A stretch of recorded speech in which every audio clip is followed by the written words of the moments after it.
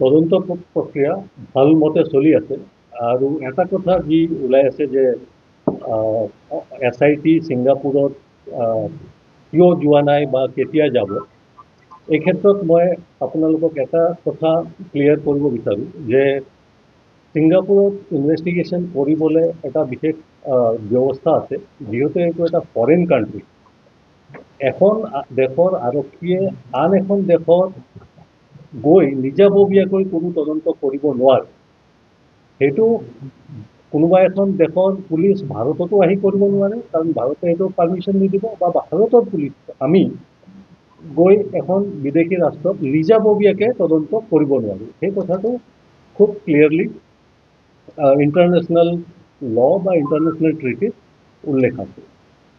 গতিকে ভাৰত আৰু ছিংগাপুৰৰ মাজত এখন চুক্তি আছে, সেইটো মিউচুৱেল লিগেল ট্ৰিটি আছে, লিগেল এছিষ্টেঞ্চ ট্ৰিটি আছে, এমলেট বুলি কয়। সেই ট্ৰিটিৰ মতে আমি কামখিনি কৰিব লাগিব। তাৰ কাৰণে যি মিউচুৱেল লিগেল এছিষ্টেঞ্চ ৰিকুৱেষ্ট, সেইটো আমি ইমিডিয়েটলি পঠিয়াইছোঁ। সেই ৰিকুৱেষ্টত আমাক যিখিনি তদন্ত ছিংগাপুৰত লাগে, কাৰোবাৰ ষ্টেটমেণ্ট লাগে, কিবা CCTV ফুটেজ লাগে, বা বিভিন্ন ধৰণৰ যিখিনি আমাক ইনভেষ্টিগেশ্যনত এছিষ্টেণ্ট ছিংগাপুৰৰ পৰা লাগে, সেইখিনি লিখি আমি ভাৰতৰ গৃহ মন্ত্ৰালয়ৰ জৰিয়তে ছিংগাপুৰলৈ ইতিমধ্যে প্ৰেৰণ কৰিছোঁ, ইমিডিয়েটলি প্ৰেৰণ কৰিছোঁ। আমাৰ তদন্ত আৰম্ভ হোৱাৰ লগে লগে আমি ভাৰতৰ কাৰণে এইটো ভাৰতৰ গৃহ মন্ত্ৰালয়, ছিংগাপুৰৰ ক্ষেত্ৰত এটৰ্নি জেনেৰেলৰ অফিচ। তো ছিংগাপুৰৰ এটৰ্নি জেনেৰেলৰ অফিচত সেইখিনি গৈও পাইছে। সেইখিনিৰ ওপৰত ছিংগাপুৰৰ এটৰ্নি জেনেৰেলৰ অফিচে বিবেচনা কৰি আছে, কৰি তেওঁলোকে আমাক জনাব। আমি নিজাববীয়াকৈ ছিংগাপুৰৰ পাৰ্মিশ্যন নোহোৱাকৈ আমি ছিংগাপুৰ গৈ ইনভেষ্টিগেশ্যন কৰিব নোৱাৰোঁ। আমি তাৰ কাৰণে তেওঁলোকে আমাক ভিজা নিদিব। আৰু আমি যদি নিজাববীয়াকৈ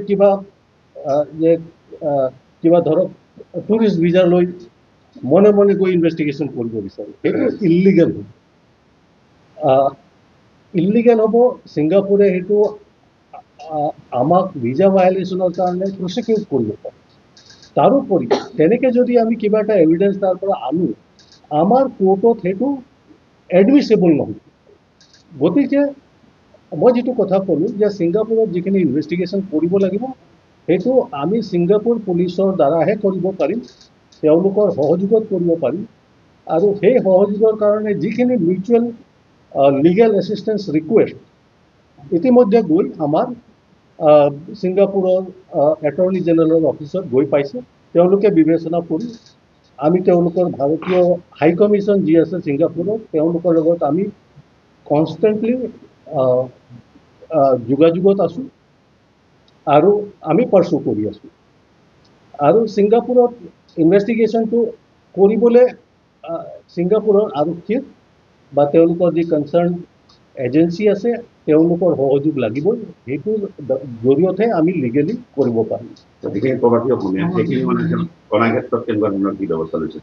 তেওঁলোকক আনিবৰ কাৰণেও আমি চামন জাৰি কৰিছোঁ, নটিচ পঠিয়াইছোঁ। তাৰে এজন ইতিমধ্যে আমাৰ ওচৰত হাজিৰ হৈছিলে, তেওঁৰ ষ্টেটমেণ্ট আমি গ্ৰহণ কৰিছোঁ। বাকীকেইজনকো আনিবলৈ আমি নটিচ জাৰি কৰিছোঁ, আৰু তেওঁলোক যাতে ইয়াত আহি তেওঁলোকৰ ষ্টেটমেণ্ট দিয়ে, তাৰ কাৰণে যিখিনি ব্যৱস্থা ল'ব লাগে সেই সকলোখিনি আমি গ্ৰহণ কৰিছোঁ।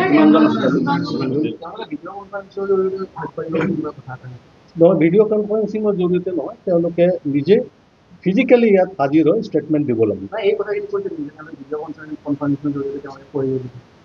তেনেকুৱা কথা নহয়, তেওঁলোকে নিজে ইয়াত আহিব লাগিব, আৰু আমি সেইটোকে বিচাৰিছোঁ। আৰু মই আশা ৰাখিছোঁ যে তেওঁলোকে ইনভেষ্টিগেশ্যনত অনতি পলমে আহি জইন কৰিব। এতিয়ালৈকে ইনভেষ্টিগেশ্যনত পোৱা মতে ছিংগাপুৰৰ থকা 11জন লোকৰ নাম পাইছোঁ, যিসকল অসমৰ মূলতঃ বাসিন্দা।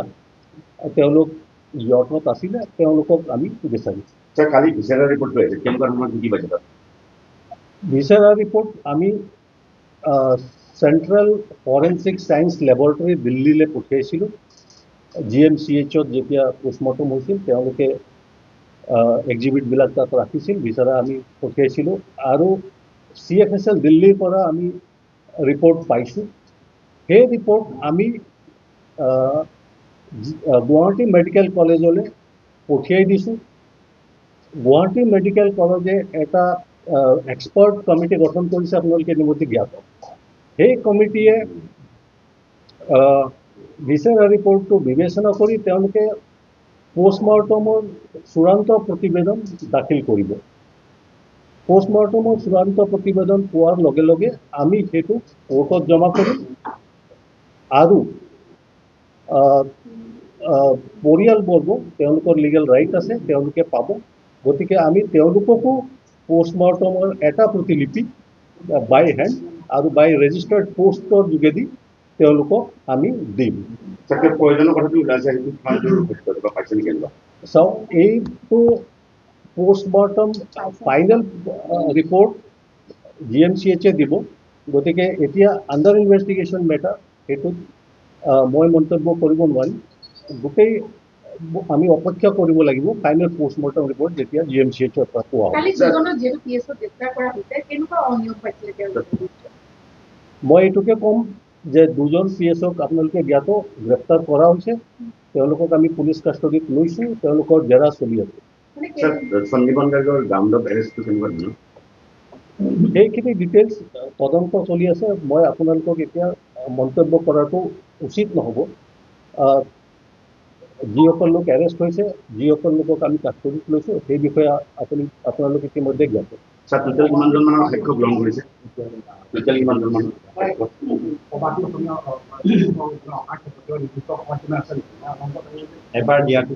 নিশ্চয় আমি সময় বান্ধি দিওঁ। এটা সময় আমি বান্ধি দিছিলোঁ, সেইটো উকলিছে। আমি আকৌ এটা সময় দি তেওঁলোকক যিমান লিগেল ৰিপৰ্টছ আছে, আমাৰ হাতত আইনমতে যিখিনি ব্যৱস্থা আছে, আমাৰ হাতত বহুতো ব্যৱস্থা আছে। গতিকে তেওঁলোকক ইনভেষ্টিগেশ্যনত জইন কৰিবলৈ যিখিনি আইনত ব্যৱস্থা আছে, সকলো ব্যৱস্থা আমি ল'ম। আমাৰ এতিয়াও সাক্ষীবাদী চলি আছে, আপোনালোকে গম পাই আছে। আজিও আমি কিছুমান লোকৰ সাক্ষী লৈ আছোঁ।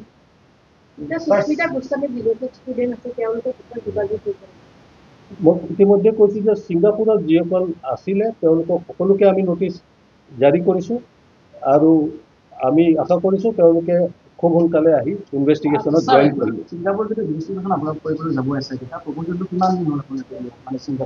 আমি কেছ ৰেজিষ্টাৰ হোৱাৰ লগে লগেই পঠিয়াইছিলোঁ আৰু সেইটো আমি ইতিমধ্যে ভালেমান দিন হ'ল ছিংগাপুৰৰ যি কনচাৰ্ণ অথৰিটি তেওঁলোকক ভাৰতৰ গৃহ মন্ত্ৰালয়, প্ৰথমতে আমি ভাৰতৰ গৃহ মন্ত্ৰালয়লৈ পঠিয়াইছিলোঁ, যিটো নিয়ম আছে। তাৰ পৰা তেওঁলোকে ভাৰতীয় হাই কমিশ্যনৰ যোগেদি ছিংগাপুৰ অথৰিটিক পঠিয়াইছে আৰু সেইটো গৈ পাইছে।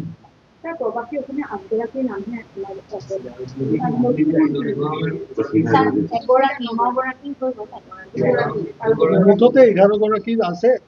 মই এতিয়া নাম চবৰ কোৱাটো উচিত নহ'ব, কিন্তু মুঠতে 11গৰাকীৰ নাম আছে। এগৰাকী ইতিমধ্যে আহিছে, সেইটো আপোনালোকে জানে। তেওঁলোকক আমি উইদাউট ডিলে মাতিছোঁ, যাতে তেওঁলোকে ইমিডিয়েটলি আমি আহিবলৈ মাতিছোঁ।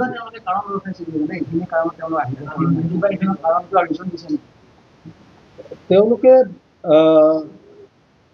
হয়তো ছিংগাপুৰতো কিবা ইনভেষ্টিগেশ্যন চলি আছে, তাৰ কাৰণে হয়তো তেওঁলোকক তাতো ষ্টেটমেণ্ট লৈছে, সেইটো মই ভাবোঁ। গতিকে তেওঁলোকৰ হয়তো সেইকাৰণে অলপ ডিলে হ'ব পাৰে, কিন্তু আমি তেওঁলোকক আকৌ সময়সীমা বান্ধি দিছোঁ আৰু তেওঁলোকক আহিবলৈ আমি হাজিৰ হ'বলৈ। অসমবাসীয়ে বিচাৰি আছে যে জুবিন গাৰ্গৰ মৃত্যুটো কি ধৰণে এৰেষ্টৰ সংখ্যা বাঢ়িছে, 7জনলৈ বৃদ্ধি হৈছে, কিন্তু জুবিন গাৰ্গৰ মৃত্যুটোৰ কাৰণটো জানিব বিচাৰিছে, কিবা কাৰণ এনেকুৱা পাইছে নেকি? আমাৰ তদন্ত চলি আছে। তদন্তৰ এতিয়া মই সেই বিষয়ে মন্তব্য কৰাটো উচিত নহ'ব।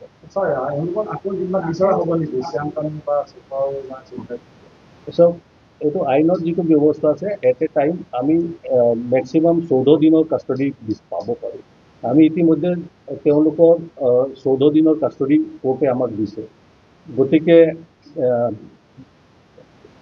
ইমিডিয়েটলি এতিয়া আমি 14 দিনতকৈ বেছি আমি নাপাম, কাৰণ আমি অলৰেডি যিমান আইনত ইতিমধ্যে যিমান দিন ল'ব লাগে মেক্সিমাম আমি লৈছোঁ। যদি তেওঁলোক নাহে বা অসম আৰক্ষী ছিংগাপুৰলৈ যাব নোৱাৰে, তেতিয়া তদন্ত প্ৰক্ৰিয়া দুৰ্বল হ'ব। নহয় নহয়, তদন্ত আমাৰ এতিয়াও ভালকৈ চলি আছে, আৰু গতিকে তেওঁলোকে ইনভেষ্টিগেশ্যনত জইন কৰিব, গতিকে সেইটো জইন নকৰাৰ কথা নাই। মই আৰু আমাৰ তদন্ত এই মুহূৰ্তত কোনো ধৰণে হেম্পাৰ হোৱা নাই, আৰু আমাৰ যি সাক্ষীবাদী ইয়াত ল'ব লাগে সেইখিনি ভালকৈ চলি আছে। গতিকে ছিংগাপুৰৰ পৰা যিটো এছিষ্টেঞ্চ সেইটো আমি এতিয়া অলপ পলম হ'লেও আমাৰ ইনভেষ্টিগেশ্যনত কোনো হেম্পাৰ হোৱা নাই। ছিংগাপুৰৰ পষ্টমৰ্টেম ৰিপৰ্টটো পাইছে নেকি আপোনালোকে? ছিংগাপুৰৰ পষ্টমৰ্টেম ৰিপৰ্ট মই জনা মতে ছিংগাপুৰ পষ্টমৰ্টেম ৰিপৰ্টটো ছিংগাপুৰ অথৰিটিয়ে তেখেতৰ পৰিয়ালবৰ্গক দিব দিছে, আৰু এইটো বেলেগক শ্বেয়াৰ কৰিবলৈ কোৱা নাই। গতিকে পৰিয়ালবৰ্গই পাইছে নিশ্চয়। ছাৰ, এটা কথা অকণমান জানিব বিচাৰিছোঁ যে সকলোৱে বিচাৰিছে যে পিঅ' ভিজিট এতিয়ালৈকে হোৱা নাই, গতিকে গোটেই ইনভেষ্টিগেশ্যনটোৰ কাৰণে পিঅ' ভিজিটটো কিমান ইম্পৰ্টেঞ্চ আছে? ইম্পৰ্টেঞ্চ আছে। মই কিন্তু ইতিমধ্যে কৈছোঁ যে আমি যাম বুলিয়ে গৈ তাত পিঅ' ভিজিট কৰিব নোৱাৰোঁ, কাৰণ সেইটো পিঅ'টো ক'ত? ছিংগাপুৰত, এখন বিদেশত। গতিকে পিঅ' ভিজিট কৰাই হওক বা তাত অন্য এভিডেঞ্চ কালেক্ট কৰাই হওক, সেইটো আমি মিউচুৱেল লিগেল এছিষ্টেঞ্চ ৰিকুৱেষ্টৰ জৰিয়তেহে কৰিব লাগিব। সেইখিনি ৰিকুৱেষ্ট আমাৰ অলৰেডি ইতিমধ্যে গৈ তাত পাইছে। তেওঁলোকে বস্তুটো বিবেচনা কৰি আছে, আৰু বিবেচনা কৰি আমাক জনাম বুলি কৈছে। ছাৰ, বহুত লোকে কৈছিলে যে তদন্তত সহায় কৰিব পৰাকৈ তথ্য জমা নকৰিলেও কৈছিলে, তেনেকৈ এই যিবোৰ তথ্য দিছে তাৰ পৰা কিবা পোৱা গৈছে নেকি? আমি বহু লোকৰ সাক্ষী লৈছোঁ, আৰু তেওঁলোকৰ ষ্টেটমেণ্ট লোৱা হৈছে। মই এই মুহূৰ্তত ইমানখিনিয়ে ক'ম।